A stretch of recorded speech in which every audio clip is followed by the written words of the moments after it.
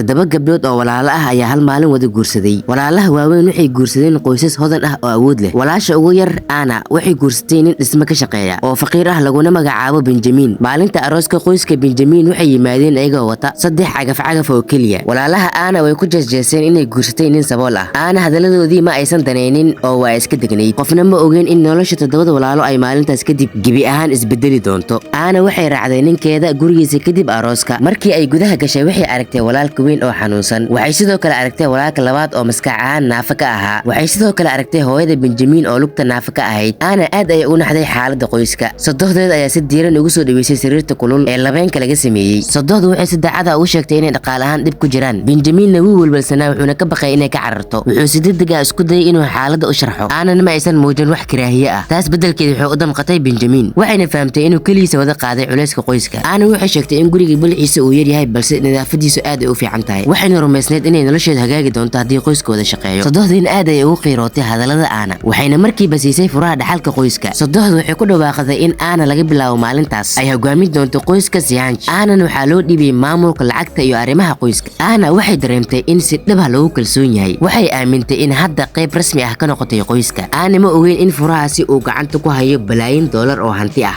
xaqiiqdu waxay ahayd in qoyska si qarsoodi ah aad u hodan u ahaa. Sodohduna si ulkac ah ay iskaga dhigtay qof sabool ah. Waxay ka baqaysay in Anna ay lacagta la cararto sida xaasaska wiilasheeda kale ay sameeyeen. Qoyskan waxay iska dhigeen reer baadiye sabool ah. Xitaa waxay diyaariyeen laba rodol oo bariis oo keliya sidii meher camal. Benjamin wuxuu dareemay dambi maadaama ay Anna qalbi wanaagsan lahayd. Wuxuuna qorsheeyay dhawaan inuu runta u sheego. Habeenkii dambe Anna markay qoyska ka soo baxday ay qolka soo gashay. Benjamin aad ay ugu naxay quruxdeeda ilaa uu cagta dubbe iskaga dhuftay. Isla markaantaasina Anna si degdeg ay ugu soo orday si ay u caawiso. Intii ay caawinaysay ay Salim Falana isugu soo dhawaadeen. Hana ay weydiin kadib wixii dhacay.